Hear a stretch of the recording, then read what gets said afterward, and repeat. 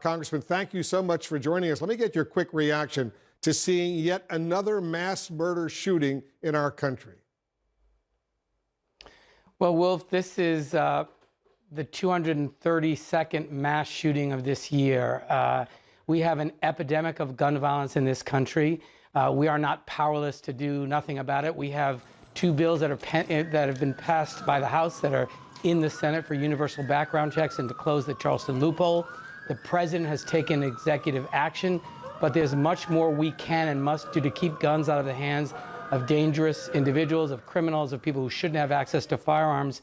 And we need our Republican colleagues to work with us to end the epidemic of gun violence in this country. This is a particularly American problem. Almost 40,000 people die at the hand of a gun every year in this country.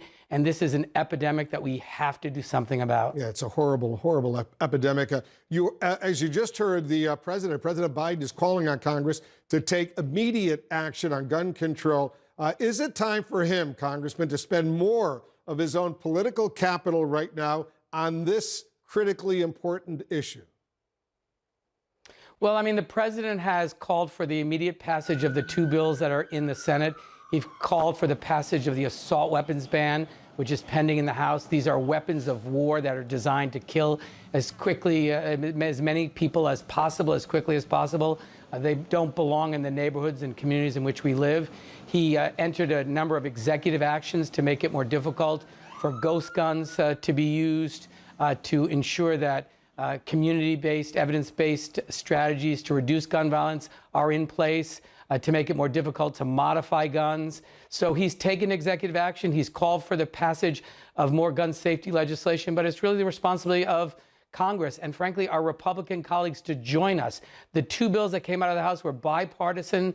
They were supported by Republicans and Democrats. They're sitting in the Senate. They should be passed immediately, and we should pass additional legislation that will keep dangerous firearms out of the hands of criminals, particularly dangerous individuals, young people. We can do much better. We have a gun violence epidemic in this country. The president's leadership is making all the difference in the world.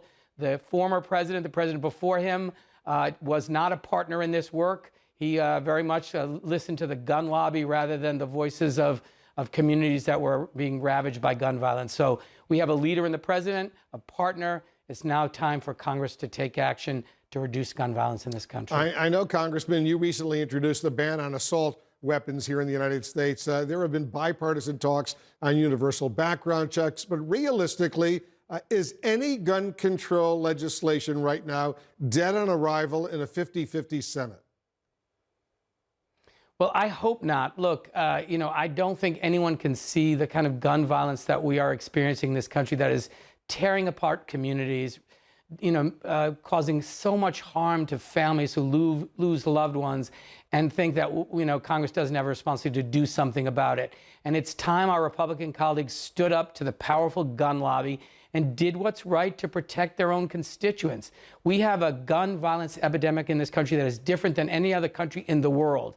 It is just too easy for people who shouldn't have firearms to get them, and we can do a lot to reduce gun violence in this country. And passing an assault weapons ban, passing universal background checks, passing red flag laws, making sure that we're keeping guns out of the hands of people who shouldn't have them. And that's the work that's before us, and we've got to do it.